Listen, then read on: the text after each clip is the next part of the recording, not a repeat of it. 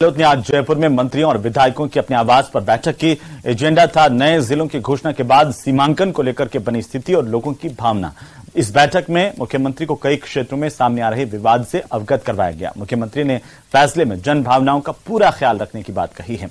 तो वहीं सूत्रों के हवाले से खबर है कि टकराव को टालने के लिए सरकार जयपुर देहात और जयपुर शहर के नाम से जिले बनाएगी। बैठक में मंत्री प्रताप सिंह खाचरियावास मौजूद रहे। उनसे खास बात की न्यूज 18 के हमारे संवाददाता बाबूलाल धायल ने।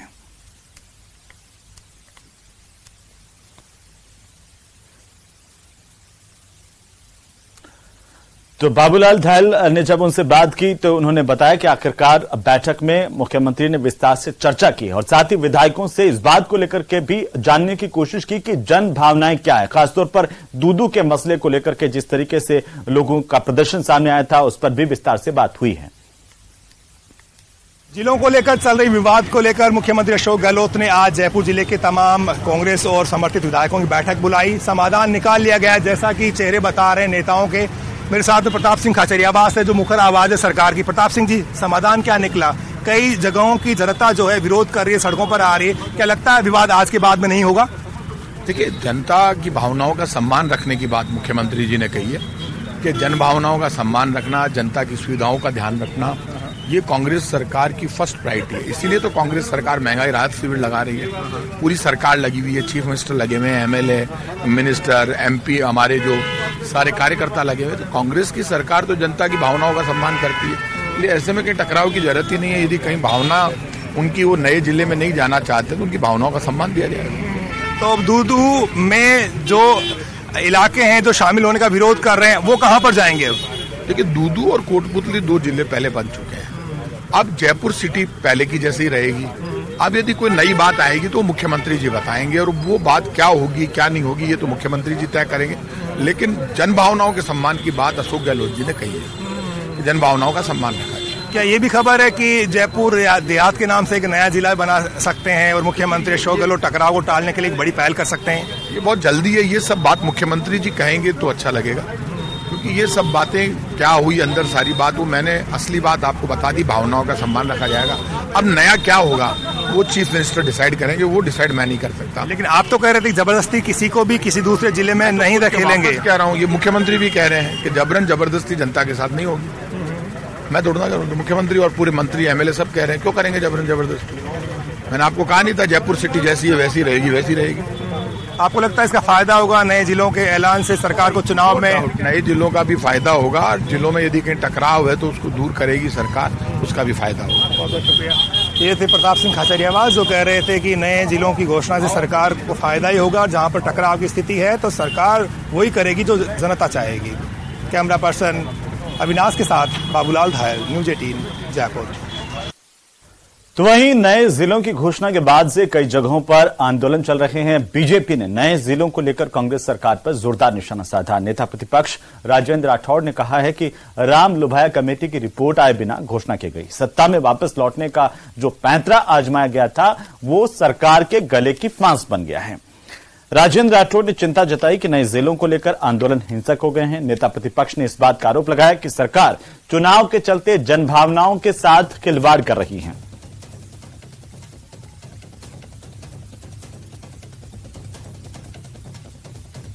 राजस्थान में पहली बार जितने उपखंड कार्यालय घोषित नहीं होते उससे ज्यादा जिले घोषित किए गए। राम लुभाया कमेटी की सिफारिशों के आधार पर जिन जिलों का नोटिफिकेशन जारी होना था, जिसमें जन आपत्तियां लेनी थी और उसके बाद उनका नोटिफिकेशन के माध्यम से उनकी बाउंड्री तय करनी थी, सरकार ने आनन फानन के अंदर जिले बनाए हैं और पूरे सब जिलों के लिए मात्र 2000 करोड़ का प्रावधान रखा है, जबकि एक जिले के अंदर भी 2000 करोड़ की राशि लगाने पर आधारभूत संरचनाएं बनती नहीं है। तो वहीं नए जिलों को लेकर के बीजेपी ने सरकार पर निशाना साधा। बीजेपी के प्रवक्ता रामलाल शर्मा ने कहा कि सत्ता में वापसी की रणनीति अब राज्य सरकार पर भारी पड़ रही है। वहां भी जिलों की घोषणा कर दी जहां जनता ने डिमांड नहीं की थी। फुलेरा की घटना का राज्य सरकार को खामियाजा उठाना पड़ेगा। राजस्थान के मुख्यमंत्री अशोक गहलोत, ये इनके इन प्रकार ने सत्ता के अंदर वापसी होनी चाहिए और इसके लिए क्या नियम है और क्या नियम नहीं है, सारे के सारे नियमों को दरकिनार करने का काम भी कर रहे हैं। सिर्फ वोट बैंक की राजनीति के आधार पर काम करने का प्रयास जो इन्होंने किया था, अब इनके ऊपर वो भारी पड़ता हुआ नजर आ रहा है। राजनीतिक आधार के ऊपर सरकार को समर्थन देने वाले इंडिपेंडेंट विधायकों के दबाव में और कई स्थान ऐसे जहां राजनीतिक सियासी गोटियां सेकने के लिए इन्होंने जिलों की घोषणा की। अब एक ग्राम पंचायत जिला बन गई, दूसरा एसडीएम हेडक्वार्टर जिले से वंचित रह गया।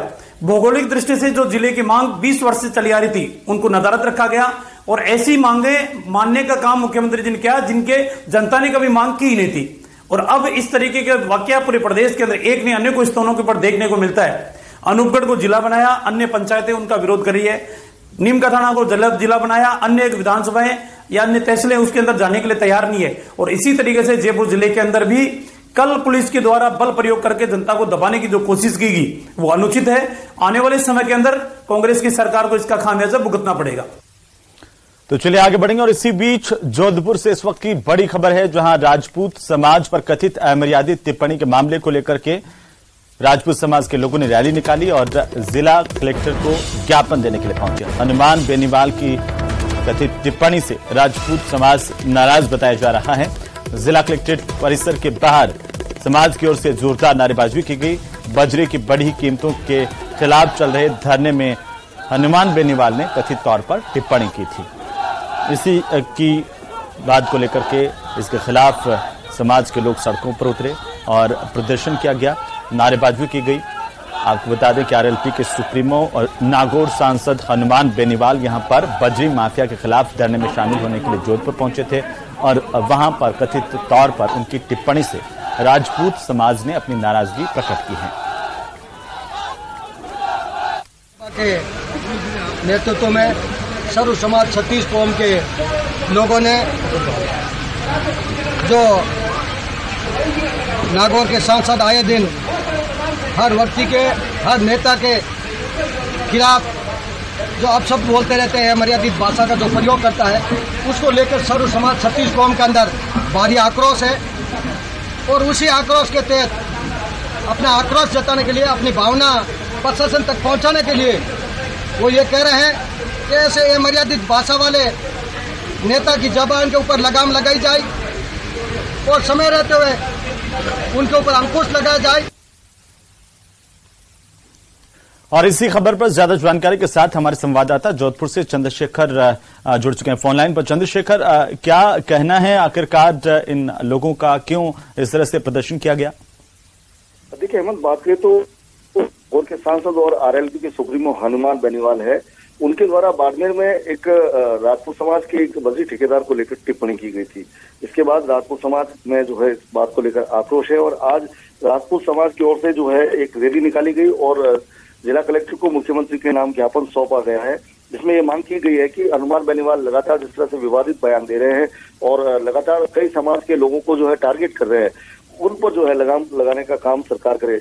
नागौर सांसद के खिलाफ जिस तरह से आज रैली निकाली गई, कहीं ना कहीं राजपूत समाज में इस बात को लेकर आक्रोश है और जो राजपूत समाज के हनुमान खांटा है, उनके नेतृत्व में रैली निकाली गई और बड़ी संख्या में जो है राजपूत समाज के लोग इस रैली में एकत्रित हुए थे। और सबसे बड़ी बात, जब रैली जिला कलेक्टर कार्यालय परिसर के बाहर पहुंची तो वहां पर भी जो बजरी की जो है कीमतों को लेकर धरना चल रहा है, तो एक बार की तो दोनों पक्षों की ओर से जमकर नारेबाजी की गई। एक तरफ हनुमान बेनीवाल के पक्ष में नारे लगाए गए, वहीं दूसरी ओर जो है हनुमान बेनीवाल के विरोध में नारेबाजी करते हुए लोग नजर आए। जी, अब क्या कहना है इन लोगों का आगे? क्या यहाँ से अब ये जो भीड़ थी वो चली गई है?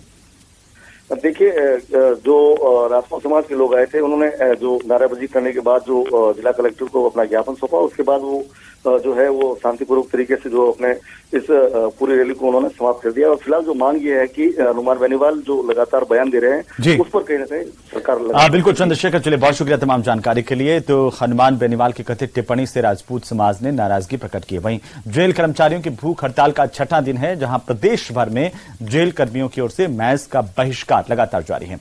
वेतन विसंगति को लेकर जेल कर्मियों का आंदोलन लगातार जारी है। प्रदेश भर में करीब 696 जेल कर्मचारियों की तबीयत अब तक बिगड़ चुकी है। जयपुर सेंट्रल जेल में हड़ताल पर बैठे 76 जेल कर्मियों को अस्पताल भेजा गया है।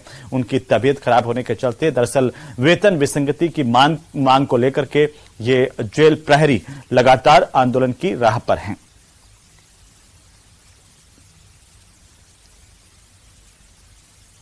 1998 से चली आ रही वेतनमान और भत्तों की विसंगति को दूर करने की मांग को लेकर प्रदेश के जेल कर्मी आंदोलन पर हैं और पिछले 6 दिन से ये सभी जेल कर्मी भूख हड़ताल पर। हम इस वक्त मौजूद हैं जयपुर की सेंट्रल जेल के बाहर, जहां आप देखेंगे जेल परिसर के बाहर में जो जेल कर्मी है वो इस वक्त भूख हड़ताल पर बैठे हुए हैं और वहां पर यहीं पर करीब 100 से ज्यादा जेल कर्मियों को तबियत बिगड़ने पर हॉस्पिटल पहुंचा जा चुका है। लेकिन उसके बावजूद भी अभी भी कुछ जेल प्रहरी है, जेल कर्मी है जो यहाँ पर इस जगह पर भूख हड़ताल पर बैठे हुए हैं। तबियत लगातार नासाज है, उसके बावजूद भी ये सभी पिछले 6 दिनों से यहाँ पर जो भूख हड़ताल पर बैठे हुए हैं। हमारे साथ मौजूद हैं जेल कर्मी, हम उनसे बातचीत भी करेंगे। सबसे पहले दिखाएंगे दर्शक, देखिए आप, ये जो जेल कर्मी है चूंकि 6 दिन से भूख हड़ताल पर है, ऐसे में तबियत नासाज है, हल्की है, इसके लिए ये यहाँ पे लेट चुके हैं और वहीं पीछे की तरफ इनको ही मजबूती देने के लिए इनकी जेल कर्मी भी साथ में।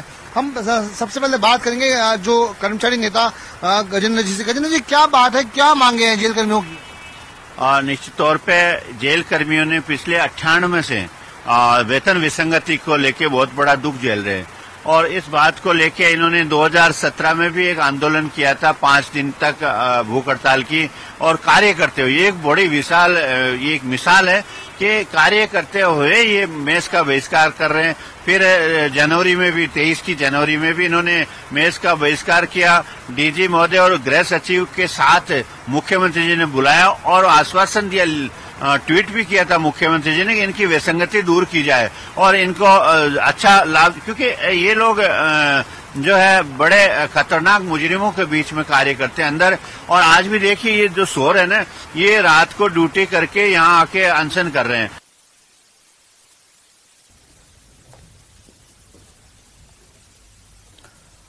तो वहीं वेतन विसंगति दूर करने और ड्यूटी अलाउंस बढ़ाने समेत अन्य मांगों को लेकर के पिछले 6 दिनों से जेल कर्मचारी आंदोलन कर रहे हैं। जेल परिसर में ही अनशन चल रहा है और मैच का बहिष्कार किया हुआ है। जेल प्रहरियों की ओर से अन्न त्याग रखा है, केवल उनका कहना है कि वे पानी पी रहे हैं और जेल प्रहरी जनवरी में सरकार के साथ हुए समझौतों को लागू करने की मांग को लेकर अड़े हुए हैं। तेज गर्मी के चलते पिछले 2 दिनों से अनशन पर बैठे जेल प्रहरियों की तबीयत अलग अलग जगहों से खराब हुई है और इस तरह से जिन जेल प्रहरियों की तबीयत खराब हुई उनको अस्पताल में भर्ती करवाया गया है।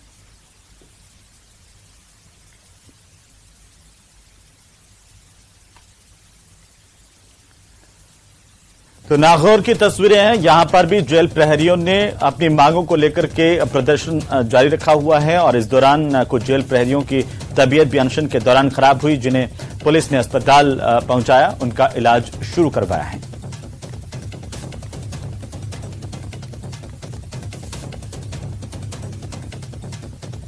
तो वहीं बूंदी जिले से भी कुछ इसी तरह की तस्वीरें सामने आई हैं, जहां वेतन विसंगति दूर करने की मांग को लेकर के जेल कर्मियों का महज बहिष्कार का धरना 6ठे दिन भी जारी रहा। वहीं बूंदी के नैनवा में धरने पर बैठे 7 और जेल कर्मचारियों की तबीयत बिगड़ी है, जिन्हें जिला चिकित्सालय और नैनवा के सीएचसी में भर्ती करवाया गया।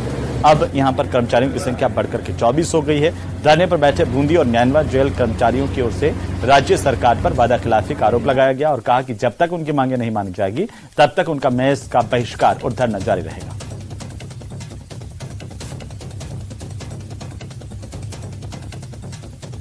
हमने लगातार पिछले 6 दिन से यहाँ पर अपनी मेस का बहिष्कार, अन्न का त्याग करते हुए, ईमानदारी से ड्यूटी करते हुए यहाँ पर बीमार हो गए, इस वजह से हॉस्पिटलाइज हो चुके हैं। अब तक बूंदी जेल से लगभग 18 कार्मिक, जिसमें महिलाएं भी शामिल हैं, और नैनवा से 4 कार्मिक अब तक ईमानदारी से ड्यूटी का निर्वहन करते हुए, मेस का त्याग करते हुए अब तक हॉस्पिटलाइज हो चुके हैं। और जब तक सरकार हमारी मांगे नहीं मानेगी, जब तक आदेश प्रसारित नहीं होंगे, जब तक हम जेल कार्मिक अनशन पे इसी तरह लगातार जारी रहेंगे।